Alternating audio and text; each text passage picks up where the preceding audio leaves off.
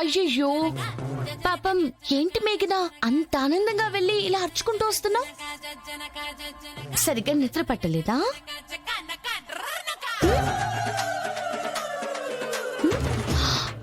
బొద్దింకనా?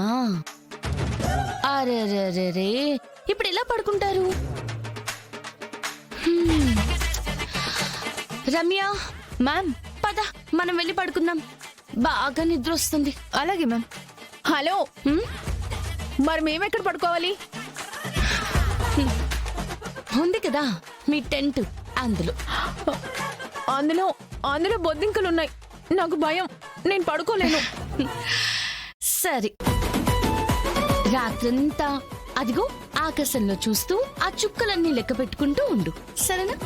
Good night. నాకు బొద్దింకలంటే భయం లేదు, నేను వెళ్ళి పడుకుంటాను. మేఘనా, కావాలంటే నువ్వు నా టెంట్లోకి వచ్చి పడుకోవచ్చు, నీ ఇష్టం.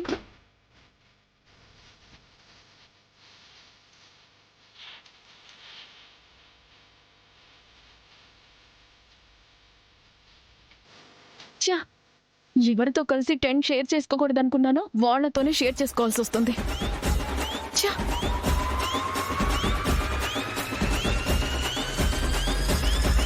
కర్మ.